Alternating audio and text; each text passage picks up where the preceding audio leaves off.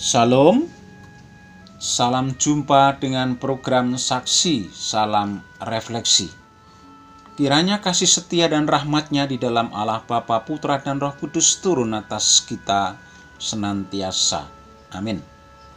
Sahabat Saksi yang terkasih, pada kesempatan yang indah hari ini, kita kembali akan merenungkan bagian dari firman Tuhan. Saya ambil dari Surat Rasul Paulus kepada Filemon pasal 1 ayat 17 yang ada tertulis demikian. Kalau engkau menganggap aku teman seiman, terimalah dia seperti aku sendiri. Amin. Sebelum kita belajar kebenaran firman Tuhan, mari kita tunduk kepala berdoa sejenak. Bapa Surgawi, kami ucap syukur atas rahmat dan anugerah-Mu yang terus kami nikmati hingga hari ini. Kami hendak merenungkan firman-Mu, mampukan untuk mengerti dan memahami apa yang hendak Engkau maksudkan atas kami. Meteraikan firman-Mu dalam hati kami untuk boleh kami hidupi, sehingga terang kasih-Mu memancar melalui hidup kami semua. Dalam nama Tuhan Yesus kami berdoa. Amin. Melalui ayat firman Tuhan ini saya tetapkan tema berubah dalam Kristus. Sahabat Saksi yang terkasih, apa yang telah tercipta di muka bumi ini semua akan mengalami perubahan. Hanya Sang Pencipta saja yang tidak pernah berubah dari dulu sekarang sampai selamanya. Manusia sebagai ciptaan Allah yang segambar dan serupa dengannya juga mengalami perubahan dalam kehidupannya. Baik perubahan di dalam situasi kondisinya, di dalam tubuhnya, dalam jiwa dan rohnya. Tentu perubahan ini mengarah kepada dua hal. Yang pertama, perubahan yang mengarah kepada sifatnya yang negatif. Yang kedua adalah perubahan yang mengarah kepada sifatnya yang positif. Nah, sahabat Saksi yang terkasih, mari kita belajar bagaimana proses perubahan yang terjadi pada seorang Onesimus. Dia adalah sebagai budak dari Filemon. Sebelum Onesimus bertemu dengan Paulus di penjara, ia adalah seorang budak yang belum mengenal dan belum percaya kepada Yesus Kristus sebagai Tuhan. Dikatakan di sana dia telah merugikan dan berhutang dengan tuannya, yaitu Filemon, sehingga Onesimus melarikan diri dari Filemon. Tuhan izinkan Onesimus bertemu dengan Rasul Paulus di penjara. Di sana terjadilah momentum pertobatan, di mana Onesimus menerima dan percaya kepada Yesus Kristus sebagai Tuhan dan Juru Selamat. Atas bimbingan Rasul Paulus tentu saja Onesimus mengalami transformasi jiwa dan rohnya, sehingga terjadilah perubahan. Onesimus tidak lagi menjadi budak atau hamba, tetapi menjadi saudara seiman bagi Paulus.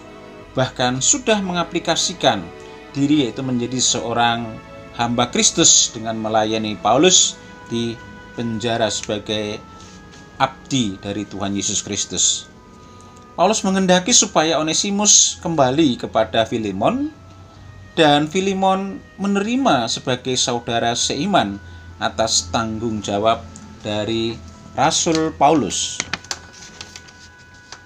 Sahabat Saksi yang terkasih, kita sebagai orang percaya, mari kita memiliki cara pandang, memiliki satu image yang baik kepada orang lain, terlebih kepada saudara seiman.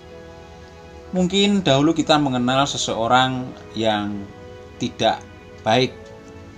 Dia adalah seorang preman mungkin, dia pemberontak, dia menjadi penjahat, dia penzina, dia penipu atau pembuat onar dan lain sebagainya. Tetapi firman Tuhan katakan semua yang ada di bawah langit ini ada masanya dan ada waktunya untuk berubah.